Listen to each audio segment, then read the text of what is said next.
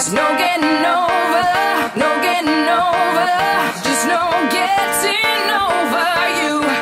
Wish I could spin my world into reverse just to have you back again. There's no getting over, there's no getting over, there's just no getting over you. No. Bring it back. Hey, I can't forget you, baby. I think about your 8-day. 60, 90. Funguje to. Čau, děcka. Takže kuchařky píšou úplný kreténi. Jakože jsou na světě holky, které se drží to hesla, že láska prochází žaludkem.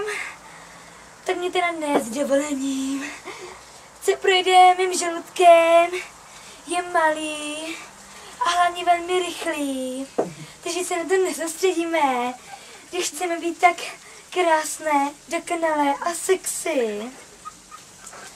Tak já jsem si řekla, OK, přestanu číst Shakespearea a Karolínka Máču a tyhle ty klasiky a že budu ta blbyčejná, normální holka odvedle, jako jo. Jak to mají kluci rádi. To je, že oni se vedle tebe jako probuděj a ty nemáš jako vůbec oholený nohy, jako jo. To je jako nechutný, jo. Ale chlapi jsou prasatá, takže vlastně v cajku. Oproti jiným státům je u nás důležitá polívka. To je prostě voda s něčím a my tomu říkáme jako jídlo, jo, úplně kravina. No, tak já jsem si rozhodla, že to uvařím, ne? Tak já jsem si řekla, fajn, budeš fakt hustá, když uvaříš opravdický kuřecí vývar. A to mi jako někdo neřekl, že když si chci dát smažený kuře, nebo kuřecí prsíčka, samozřejmě výjimečně, že to kuře musí rozřezat na kousky, úplně brutálně mu odříznou ruce a nohy a moc ho rozřežou. Úplný drama, jako jo. To mi jako nikdo neřekl. Takže jdu babičce na dvůr. Tam má tam ty kuřata. Tam běhají. Smrdí samozřejmě. Teď jako divně chlupatý. Pobíhají, ty zvuky tam dělají. A to jako nejsou chlupy. To je prostě jeden chlup.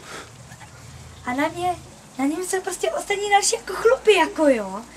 To je jako hnus, jako jo. Jsem z toho nemohla. No, tak říkám, kuře, ty vole, pojď za mnou.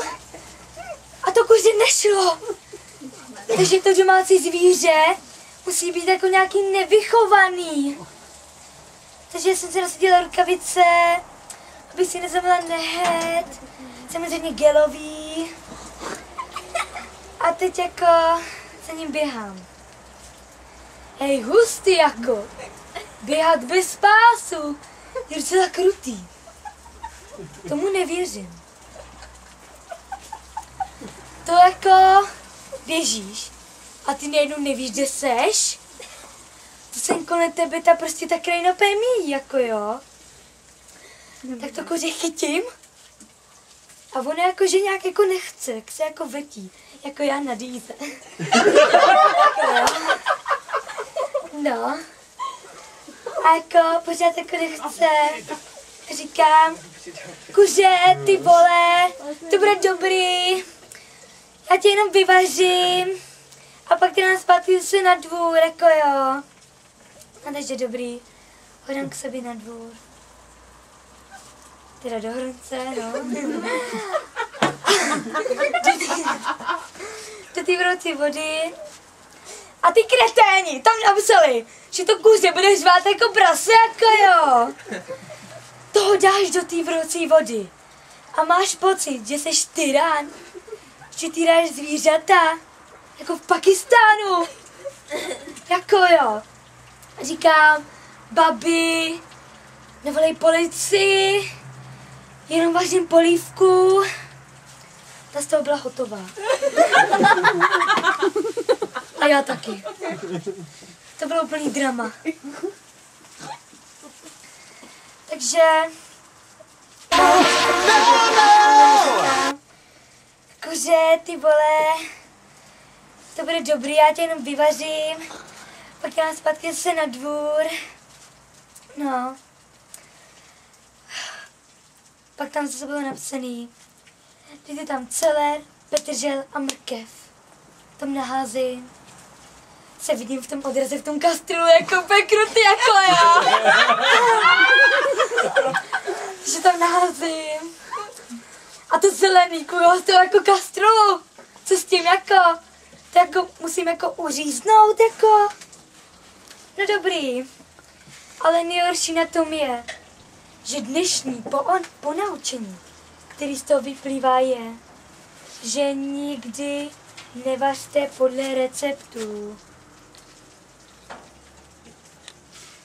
Protože to nikdo nebude žrát. Tak jo, mějte se fajn a buďte blond.